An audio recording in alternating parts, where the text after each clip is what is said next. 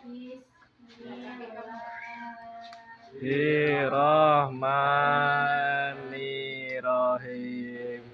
Raditu billahi rabbah wa bil islam dina wa bi muhammadin nabiyya wa rasulah. Rabbi zidni ilm.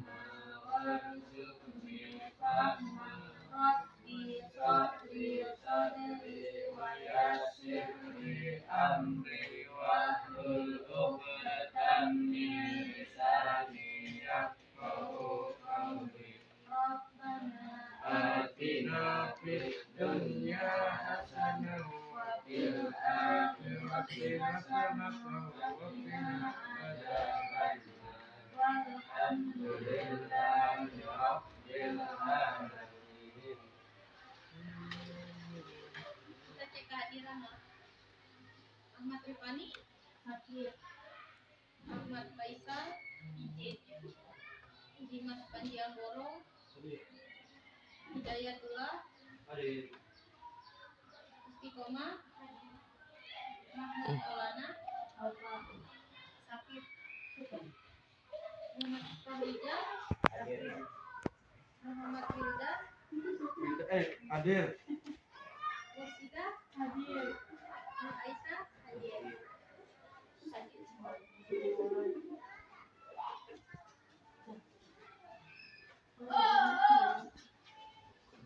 kita masuk pembelajaran sejarah.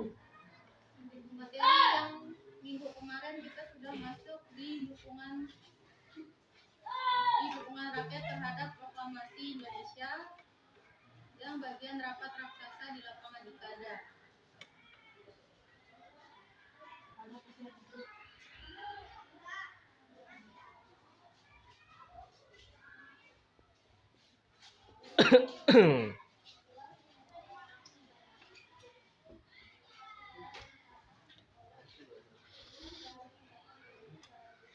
Saya masih ingat tentang rapat raksasa di lapangan Ikada. Saya diulang. Pada tanggal 19 Agustus 1945, para pemuda Jakarta yang dipelopori oleh Komite Aksi Menteng 31 merencanakan menggerakkan aksi massa pada saat rapat raksasa di lapangan Ikada atau Ikatan Atletik Jakarta, dengan tujuan agar para pemimpin bangsa Indonesia dapat berbicara langsung di hadapan rakyat Indonesia. Tetapi perintah yang ditunggu tak kunjung datang hingga pada tanggal 19 Agustus 1945. Oleh karena itu, pada tanggal 19 Agustus diperkirakan sekitar 200 sampai 300 ribu rakyat berkumpul di lapangan Ikada.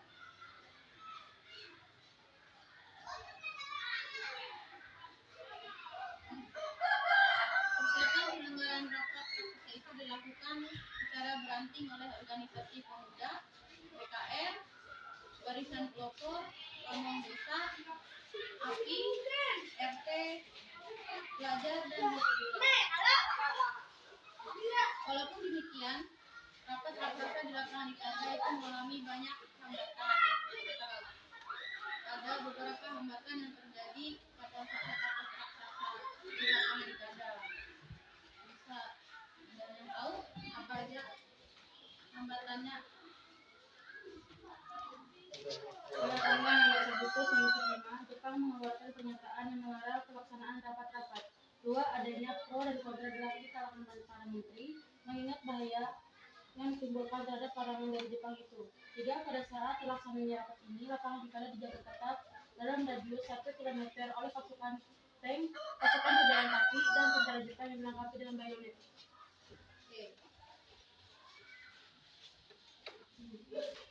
Kedatangan para pemimpin negara di lapangan Ikada mendapat sambutan meriah dari ratusan ribu rakyat yang berdesak-desakan.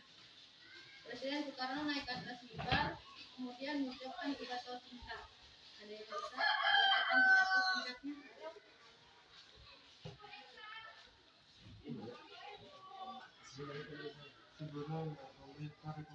Pemerintah Republik Indonesia telah memberikan perintah untuk membatalkan rapat ini, tetapi karena saya datang ke sini lengkap dengan menteri-menteri. Saya sekarang berbicara sebagai saudaramu, bukan saya tidak saudara-saudara mendengar tentang dan mengerti akan pimpinan yang memberikan dan pemerintah Republik Indonesia. Kalau memang saudara percaya kepada pemerintah Republik Indonesia yang akan mempertahankan proklamasi kemerdekaan ini, walaupun kami akan robek layaknya, maka berikanlah kepercayaan itu kepada kami dengan tunduk kepatuhan perintah kami dan disipliner. Sesudah tingkat kali ini, marilah kita sekarang mulai dengan tenang dan komitmen.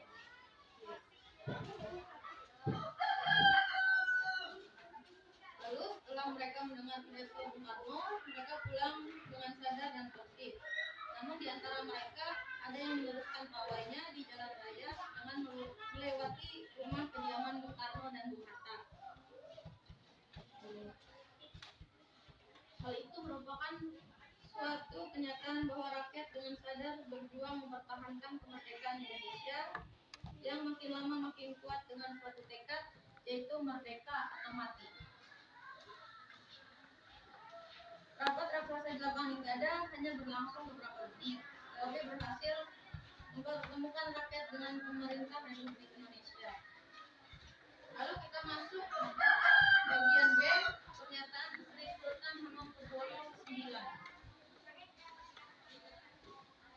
Setelah Indonesia memperoleh kemerdekaannya, Undang-Undang 1945 disahkan sebagai Undang-Undang Negara Republik Indonesia. Merdeka oleh PPKI pada tanggal 18 Agustus 1945. Dalam upaya mewujudkan negara Republik Indonesia yang merdeka, bersatu, berdaulat, adil dan makmur, Sri Sultan Hamengkubuwono IX sebagai Sultan Ngayogyakarta Adiningrat memberikan dukungan terhadap proklamasi kemerdekaan Indonesia pada tanggal 17 Agustus 1945. Atas dukungannya, Sri Sultan Hamengkubuwono IX memberikan pernyataan sebagai berikut. Saya bacakan pernyataan dari Kami Sri Sultan Hamengkubuwono IX, Sultan Ngayogyakarta Adiningrat menyatakan satu bahwa diri Ngayogyakarta Adiningrat yang sifat kerajaan adalah daerah istimewa dari Kerajaan Republik Indonesia. Dua, bahwa kami sebagai kepala daerah memegang segala kekuasaan dalam negeri Ngayogyakarta Adiningrat yang oleh karena itu berhubungan dengan keadaan pada dewasa ini segala urusan pemerintahan dalam negeri Ngayogyakarta Adiningrat mulai saat ini berada di tangan kami dan kekuasaan lain kami pegang seluruhnya. Tiga, bahwa hubungan antara negeri Ngayogyakarta Adiningrat dengan pemerintah pusat negara Republik Indonesia bersifat langsung dan kami bertanggung jawab atas negeri kami langsung kepada Presiden Republik Indonesia. Kami memerintahkan supaya segenap penduduk dalam negeri Ngayogyakarta Adiningrat memindahkan amanat kami ini. Ngayogyakarta Adiningrat 28 Kosa Heret 1876 1 September 1945. Melalui pernyataan Sri Sultan Hamengkubuwono IX, negara Ngayogyakarta Adiningrat secara resmi menjadi bagian dari wilayah kekuasaan negara Republik Indonesia dengan kedudukannya sebagai daerah istimewa. Pernyataan Sri Sultan Hamengkubuwono IX itu mendapat sambutan seluruh rakyat Indonesia untuk memberikan dukungan serta mempertahankan kedaulatan negara Republik Indonesia yang diproklamasikan pada tanggal 17 Agustus 1945. Lalu kita masuk ke tindakan-tindakan heroik di berbagai kota.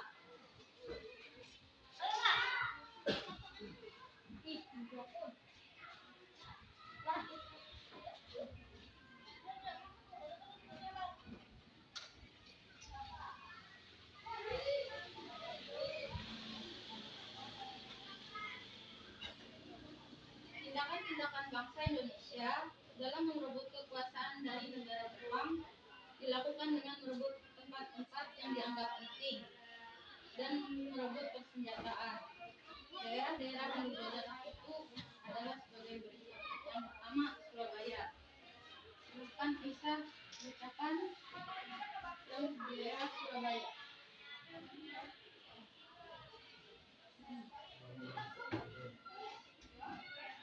Ini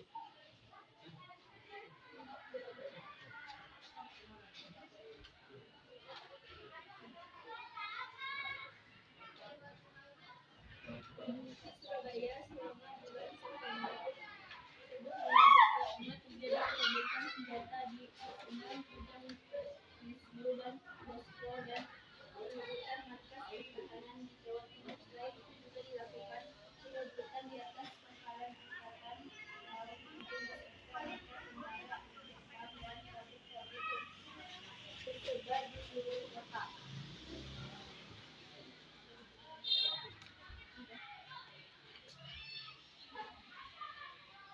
Terbukti dengan munculnya pengibaran bendera merah putih dan menyelenggarakan rapat pada tanggal 15 November 1945 berkumpul kira-kira 8.000 orang di depan kompleks kota Balikpapan sambil membawa bendera merah putih. Lalu yang di daerah Yogyakarta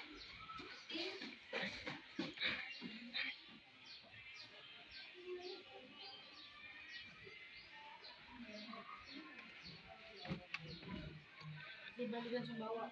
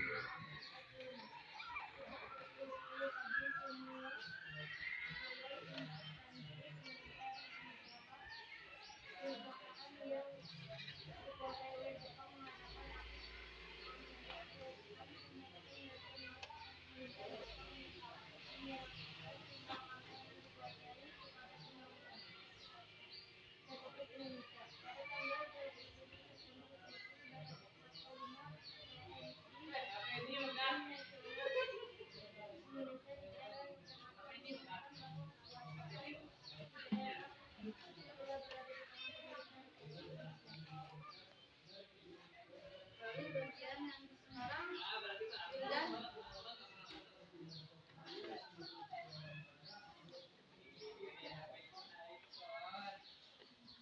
Di Semarang pada tanggal 14 Oktober 1945, 400 orang tawanan Jepang dari pabrik gula Cipiring diangkut oleh pemuda Indonesia ke Semarang.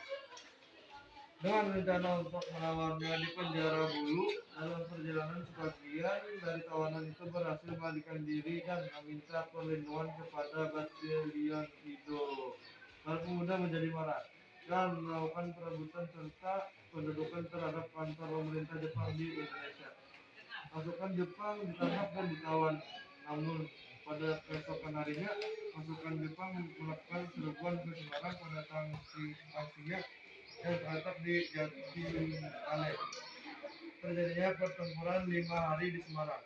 Korban yang jatuh dalam pertempuran itu diperkirakan 990 orang dari kedua belah pihak. Lalu di bagian di Sulawesi Selatan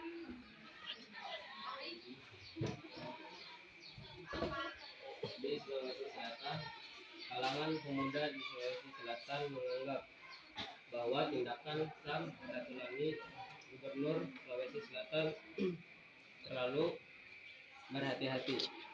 Oleh karena itu, para pemuda mengorganisasi diri serta merencanakan untuk merebut gedung yang dianggap penting seperti studio radio, stasiun militer, dan pos polisi. Kelompok itu terdiri dari kelompok Barisan Berani Mati. Dalam kelompok pemuda itu juga terdapat mantan anggota Taigun, PIO, dan pelajar SMP. Pada tanggal 28 Oktober 1945, mereka bergerak menuju sasaran dan juga melakukan pendudukan. Perjuangan yang dilakukan oleh para pemuda yang rakyat Sulawesi Indonesia Selatan ini bertujuan untuk menerapkan dan membela proklamasi kemerdekaan Indonesia. Satu itu terus membela daerah perantau dan pemerintah. Bagian Kalimantan Di Kalimantan, di beberapa daerah dan kota-kota di Kalimantan terjadi gerakan yang mendukung proklamasi kemerdekaan Indonesia. Hal itu terbukti dengan munculnya demonstrasi pengibaran bendera merah putih dan penyelenggaraan rapat-rapat pada tanggal 18 September 1945. Berkumpul kira-kira 8.000 orang di depan Kompleks Pijar di Kota Balikpapan sambil membawa bendera merah putih. di daerah Bali dan Sumbawa, Dimas. Di Bali dan Sumbawa, para pemuda Bali membentuk beberapa organisasi dalam rangka mempertahankan dan menegakkan kedaulatan negara Republik Indonesia. Organisasi pemuda itu antara lain AMI, Angkatan Muda Indonesia, dan PRI, Pemuda Republik Indonesia. Organisasi pemuda itu berusaha menegakkan kedaulatan Republik Indonesia melalui perundingan, tetapi mendapat hambatan dari pihak Jepang. Akibatnya pada tanggal 13 Desember 1945, secara serentak mereka melakukan gerakan untuk merebut kekuasaan dari tangan Jepang. Sementara itu di Sulawa, para pemuda juga tidak ketinggalan untuk mempertahankan kemerdekaan Indonesia. Pada bulan Desember 1945, para pemuda Sulawa melakukan aksi perebutan terhadap pos-pos pemerintahan Jepang. Itu terjadi di BUP sampai dan Rabat. Di daerah Biak, Aisyah. Bunda Aceh kah? Biak. Biak. Di atas. Pada tanggal 14 Maret 1948 terjadi pemberontakan di Biak dengan sasaran camp Cinca dan Tank Sisorigo. Pemberontakan itu gagal dan 2 orang pemimpinnya dihukum mati, sedangkan yang lainnya dihukum seumur hidup. Lalu di Banda Aceh, Wildan. Pada tanggal 6 Oktober 1945, para pemuda dan tokoh-tokoh masyarakat membentuk Angkatan Pemuda Indonesia (API). Namun pada tanggal 12 Oktober 1945, Sukokan Jepang memanggil para pemimpin pemuda dan menyatakan bahwa walaupun Jepang kalah, keamanan dan ketertiban masih tetap menjadi tanggung jawab pemerintah Jepang. Oleh karena itu, ia meminta agar semua perkumpulan pemuda menghentikan kegiatannya. Lebih jauh lagi, pemerintah Jepang membubarkan segala bentuk organisasi pemuda tersebut. Pimpinan pemuda menolak dengan keras, sehingga pertemuan itu berubah menjadi ajang pertentangan pendapat antara kalangan pemuda dan pihak pemerintah Jepang. Karena rasa tidak puas itu, akhirnya para pemuda melakukan tindakan untuk merebut dan mengambil alih kantor pemerintah dan mengibarkan bendera merah putih. Selanjutnya, pelucutan senjata Jepang terjadi di beberapa tempat. Bentrokan dengan pasukan Jepang juga terjadi di daerah Langsa, Lok Naga, Ulelue, dan tempat-tempat lainnya di Aceh. Oke, terakhir di daerah Sumatera Selatan, Dayat. Di Sumatera Selatan pada tanggal 8 Oktober 1945 terjadi perebutan kekuasaan di Sumatera Selatan. Dr. Ahmad bersama seluruh pegawai Bumsibu melaksanakan upacara pengibaran bendera merah putih. Setelah upacara itu, para pegawai negeri kembali ke kantor dan mengibarkan bendera merah putih di kantornya masing-masing. Dalam upacara itu diumumkan bahwa di seluruh Presidenan Palembang hanya terdapat satu kekuasaan, yaitu kekuasaan dari Republik Indonesia. Perebutan kekuasaan di Palembang berjalan tanpa insiden karena orang Jepang telah ditindak ketika terjadinya demonstrasi. Oke, dari yang kalian baca tindakan-tindakan heroik di berbagai kota, kita bisa tahu bahwa rakyat Indonesia pada saat itu berjuang untuk memerdekakan negara dari penjajah Jepang, dari penjajah. Mau itu orang tua, anak sekolah, atau macam-macam dari organisasi-organisasi bergabung untuk memerdekakan negara dari penjajah. Lalu kita masuk materi dukungan dari berbagai daerah. Negara Indonesia resmi berdiri setelah proklamasi pada tanggal 17 Agustus 1945. Pemerintah Republik Indonesia juga sudah mulai terbentuk setelah terpilih presiden beserta wakil presiden dan memiliki Konstitusi Undang-Undang Dasar 1945 pada tanggal 18 Agustus 1945 yang ditetapkan pada sidang PPKI. Pada sidang itu dihadiri utusan dari berbagai daerah. Para utusan daerah tersebut itu menyaksikan berdirinya negara Republik Indonesia. Ketika para utusan itu kembali ke daerahnya, mereka menyampaikan kabar mengenai kemerdekaan Indonesia. Para utusan itu mengajak seluruh rakyat untuk terus berjuang mengusir penjajah dan mempertahankan kemerdekaan Indonesia di daerahnya masing-masing. Adapun para utusan itu yang pertama adalah Tunku Muhammad Hasan, utusan dari Sumatera. Lalu Sutarjo Karto Hadi Kusumo, utusan dari Jawa Barat. RM Sarturjo, utusan dari Jawa Timur. R. Panji Suroso, utusan dari Jawa Tengah. Mr. Igusti Ketut Hijah, utusan Sunda Kecil atau Nusa Tenggara. Mr. Latur Harhari, utusan Maluku. Dr. GSSC Ratulani, utusan Sulawesi. Dan AA Hamidan, utusan Kalimantan.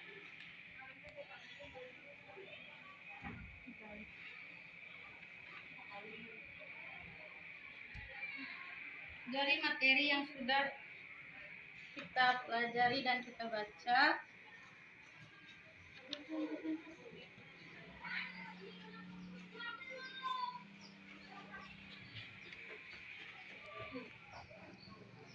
coba sebutkan satu contoh yang terjadi sekarang.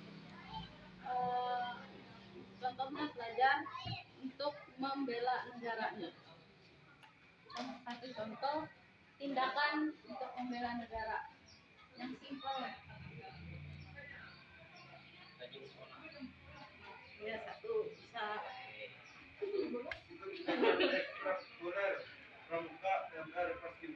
Ya. Ada lagi? Mengikuti negara dengan hikmat. Ya, betul. Tindakan. Berapa tahun? Menurut kalian negara kita ini masih dijajah, bukan masih dijajah. Apakah ada dampaknya itu baik atau buruk? Misalnya masuk apa itu namanya tuh, ajaran atau dari luar, apakah itu berdampak baik atau buruk untuk negara kita? Buruk kalau jangan buat ini nampak di luar negeri kok. Misalnya contoh yang buruk pakaian dari luar tuh masuk ke daerah kita. Apa dampak pakaian itu buruk? Itu bisa pakai. Tren pakaiannya tuh. Tren pakaiannya terlalu tinggi. Karena kan kita di Indonesia nih masih kita kan banyak rakyatnya kan mayoritasnya adalah Muslim. Jadi untuk berpakaian seperti itu makanya tertampung. Berbeda dengan negara lain. Lalu contoh yang kedua, Pak. Masuk bahasa asing. Ya, tapi kalau bahasa asing tuh janganlah terlalu sering, karena kita lebih memfokuskan untuk misalnya kayak mempromosikan bahasa kita Indonesia. Kan sekarang Indonesia tuh bahasa Indonesia kan termasuk bahasa tersulit yang dipelajari. Jadi ada beberapa negara itu yang memasukkan di universitasnya tuh jurusan bahasa Indonesia. Kemarin rencananya bahasa Indonesia mau dijadikan bahasa internasional. Hilang Inggris. juga dampak dari luar terhadap bangsa Indonesia. Alat-alat senang apa? Alat-alat senang, alat dari senang tuh. Alat elektronik. Seperti ini. handphone, Warnanya HP kah? Ada banyak, ada alat pen. Bisa tuh namanya. Itu situs biasa dalam Alat elektronik bisa. Alat elektronik ada tergantung kalau alat elektronik misalnya HP itu tergantung dari pemakainya sendiri. Kalau buat tujuannya baik, baik juga. Kalau buat tujuan buruk, buruk juga.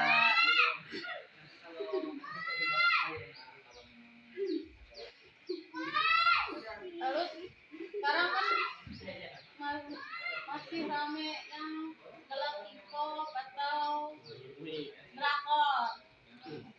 Itu kan ada dampak buruk dan baiknya. Motivasinya banyak. plastik, Banyak motivasi yang mendapat. Coba dampak baiknya apa? Baiknya, kalian bisa tahu caranya berjuang dari titik nol sampai jadi sukses. Jadi jadi mak dari awal kadang-kadang jadi ganteng. Dampak buruknya bonsin pasti. Dan bukan manusia. Ya, dampak buruknya tuh orang gila-gila gara-gara bonsin. Ya, dan biasanya ada yang sampai gila-gila banget, ada yang hayal mahal-mahal. Enggak tidur, enggak makan. dua mata untuk nonton konser. Ya, ada yang kayak fanatik sekali gitu, kayak fanatik. Sampai wajib beli ini, beli itu wajib. Kayak membuang uangnya buat presentasi obat-obat. Kemudian ada kelompok 1 dan 2 mengenai kronologi peristiwa proklamasi kemerdekaan Indonesia. Silakan untuk presentasi dari kelompok 1. Silakan.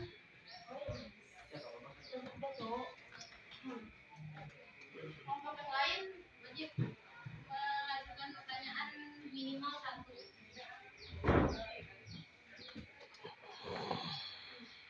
Assalamualaikum warahmatullahi wabarakatuh. Waalaikumsalam warahmatullahi wabarakatuh.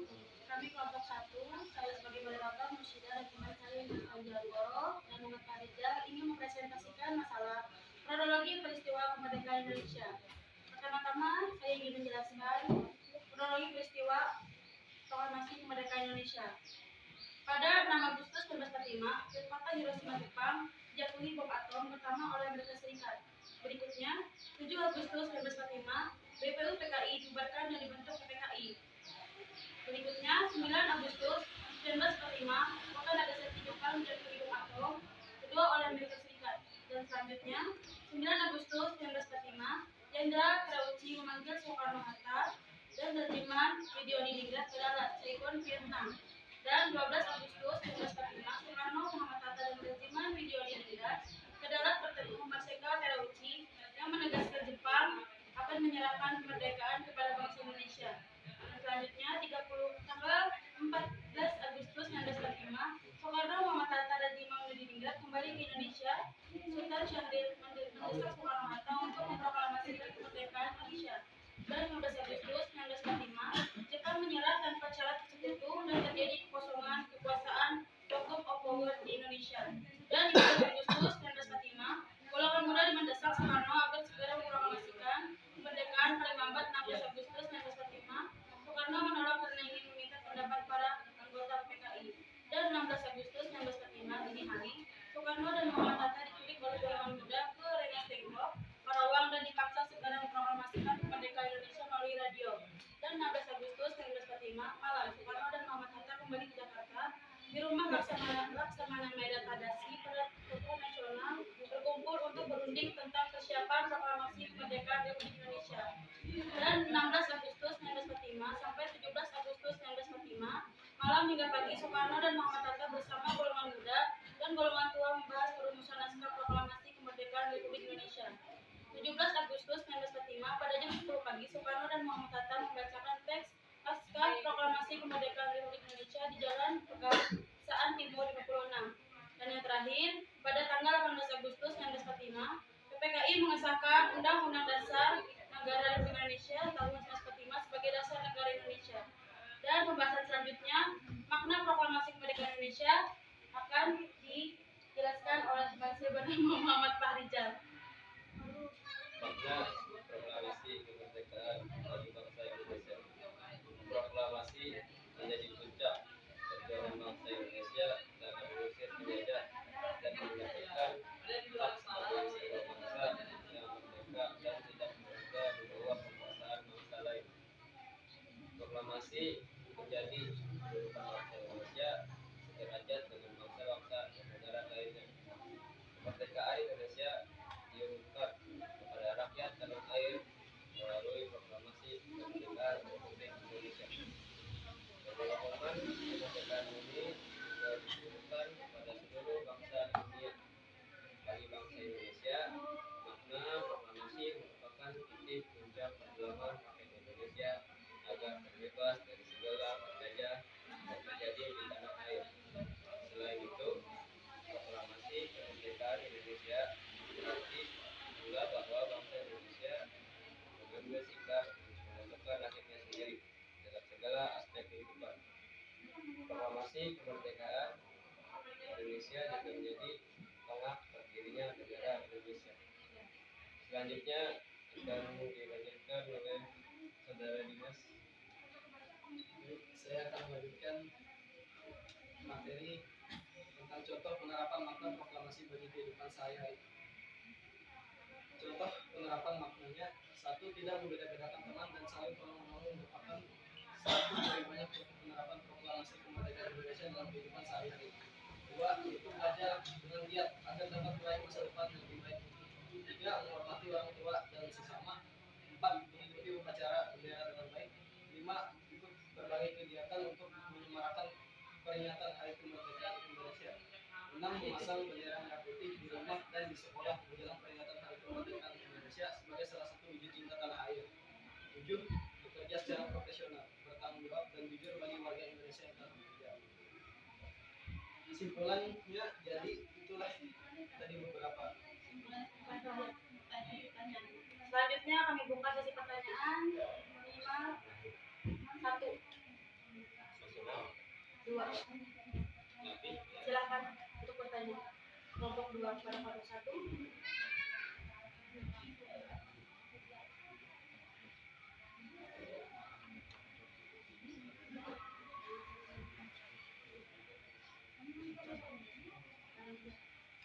Sebutkan Barangja. Barangja. para pelan-pelan.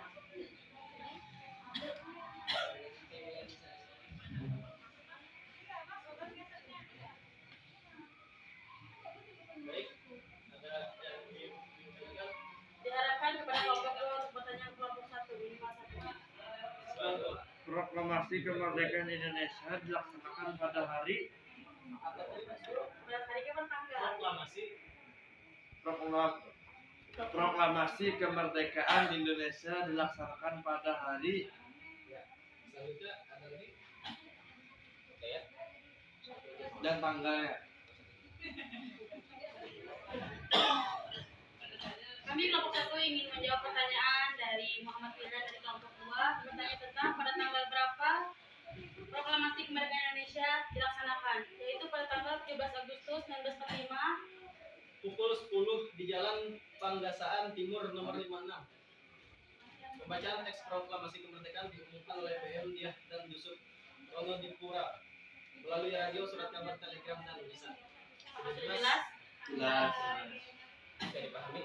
Paham.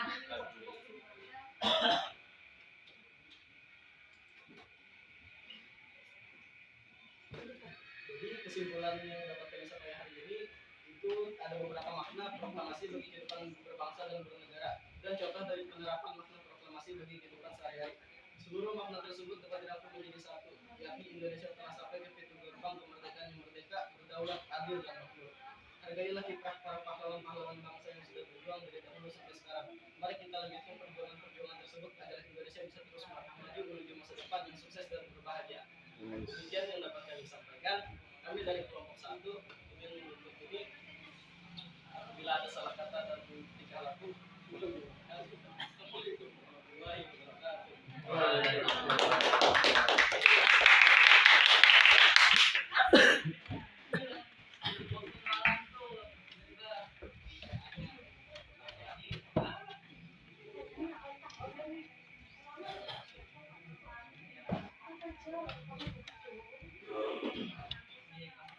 Assalamualaikum warahmatullahi wabarakatuh. Waalaikumsalam warahmatullahi wabarakatuh. Kami dari kelompok 2 bersama saya Hidayatullah, Muhammad Wildan, Istiqomah dan Aisyah akan membacakan kilas balik kronologi proklamasi kemerdekaan Republik Indonesia. Dalam sejarahnya naskah proklamasi kemerdekaan berhasil dirumuskan dengan melewati proses yang panjang. Kisah itu dimulai dari pembentukan Badan Penyelidik Usaha-usaha Persiapan Kemerdekaan Indonesia (BPUPKI) dan Panitia Persiapan Kemerdekaan Indonesia (PPKI). Fenomena kekosongan terbentak akibat bom Hiroshima dan Nagasaki hingga peristiwa Genas Demplok memutar waktu pada 6 Agustus 1945 sebuah bom atom dijatuhkan di atas kota Hiroshima, Jepang oleh Amerika Serikat. Melihat kondisi tersebut pada suatu hari setelahnya, BPUPKI diganti menjadi PPKI untuk lebih menegaskan keinginan mencapai kemerdekaan. Terus berlanjut pada 9 Agustus 1945 dijatuhkan bom atom kedua di Nagasaki sehingga menyebabkan Jepang menyerah kepada sekutu. Pada 12 Agustus 1945, 3 tokoh nasional yang terdiri dari Gajiman Modiodiningrat, Soekarno dan Muhammad Hatta berdatang ke Dalat, Vietnam untuk memenuhi undangan dari Jenderal Terauchi. Pertemuan ini dijadikan ketiganya sebagai upaya untuk mempersiapkan kemerdekaan.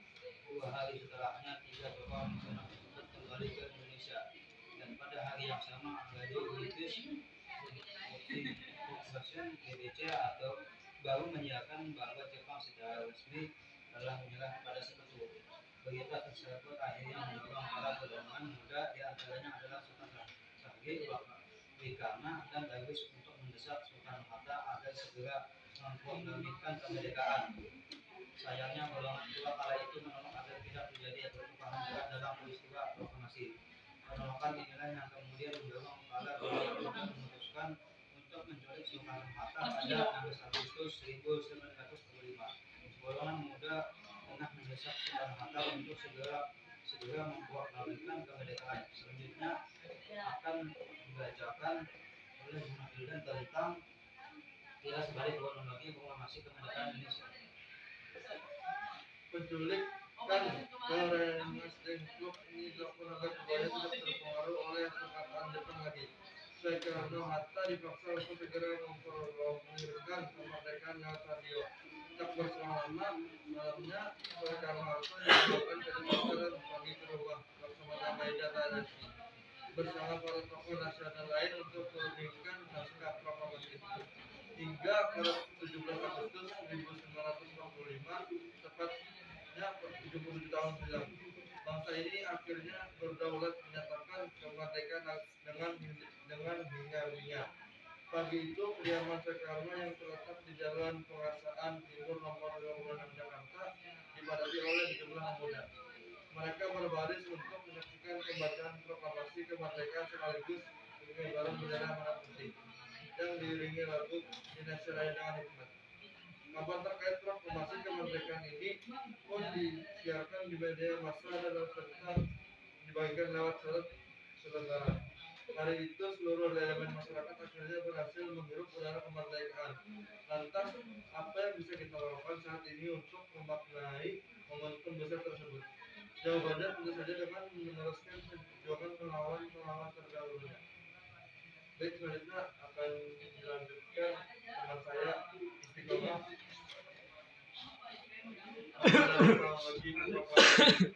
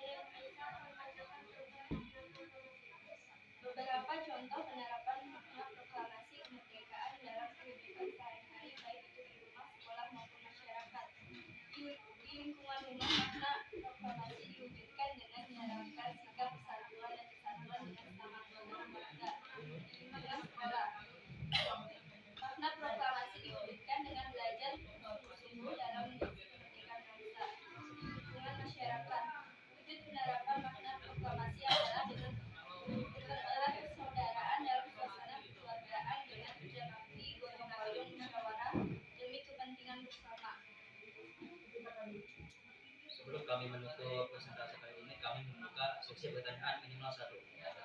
Kelompok 1 ingin bertanya, apa hasil sidang PPKI pertama pada tanggal 18 Agustus 1945? Silakan jawab.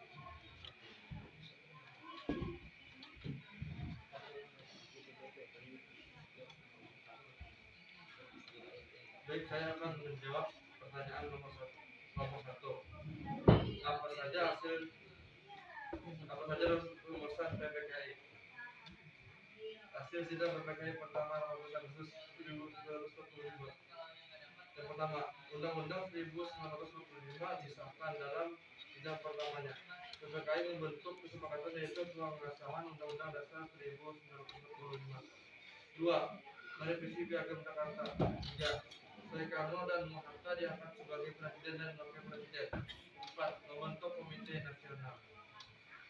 Jelas. Kesimpulan dari kita kembali ke kronologi memastikan Indonesia adalah banyak hal yang masih kita perjuangkan dalam menjaga keutuhan Indonesia dan mewujudkan cita-cita bangsa dalam menciptakan kehidupan yang makmur dan adil bagi setiap warga. Kami dari kelompok 2 menutup presentasi kali ini. Terima kasih. Assalamualaikum warahmatullahi wabarakatuh. Waalaikumsalam warahmatullahi wabarakatuh.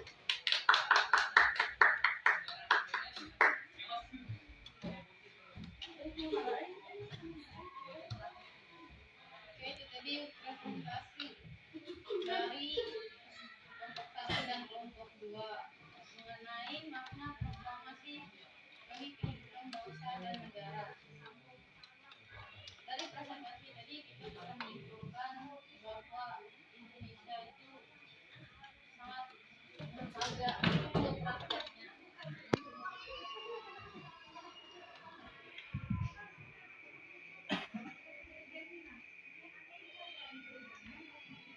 Lalu dari perjuangan tokoh-tokoh yang sudah berjuang untuk memperjuangkan negara kita sehingga kita sudah sampai di titik kemerdekaan hingga sekarang kita hampir menjadi negara maju.